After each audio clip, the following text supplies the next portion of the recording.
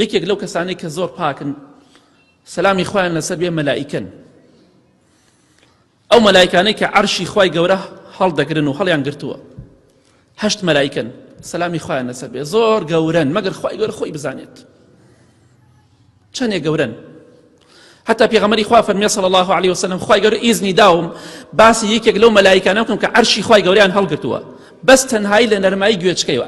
ئەم نەرمایی کۆتایی نەرمایی گوێچکە هەتا بانشانی ئەم تۆزە هی خۆمان چوا 5 پەنجەیە، بەس تەنها ئەو مەسافەیە 700 ساڵ ڕێگایە. ئەمە چییە؟ ئەمە دوعای خێر بۆ تۆ دەکات بەپێی قورئان.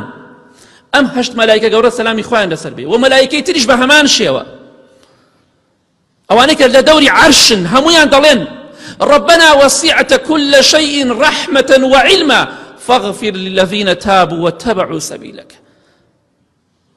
دەڵێن خوایە تۆ ڕەحمی تۆ هەموو شوێنێکی گرتوتەوە، هەموو جێگایەکی گرتوتەوە، لەو کەسانە خۆش بە خوایە کە تۆبەیان کردو گەڕانەوە بۆ لای تۆ لەسەر ڕێگای تۆن، لەسەر ڕێگای حەق دەڕۆن.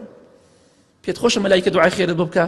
ئەو مەلائیکە گەورانە کە لە خوای گەورە زۆر نزیکن، زۆر گەورە و بەدەسەڵاتن، دوعای خێرت بۆ ئەکەن، یەک گوناه و تاوانیشیان نییە، دەڵێن خوایە لەو کەسە خۆش بە کە تۆبەی کردووە، خوایە لێ خۆش بە. پێت خۆشە خوا لێت خۆش بێ؟ پێت خۆشە ئەو مەخلوقە پاکە سەلامی خوایان لەسەر بێ دوعای خێرت بۆ بکەن، بڵێن خوایە لە فڵان کەس خۆش بە؟ هەمومان پێمان خۆشە.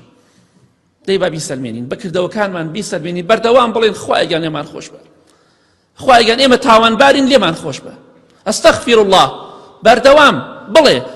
بەڵکو خوای پەروەردگار لە گوناهەکانت خۆش بێ، مەلائیکەکانی خوای پەروەردگاری سەلامی خوایان لەسەر بێ دوعای خێرت بۆ بکەن.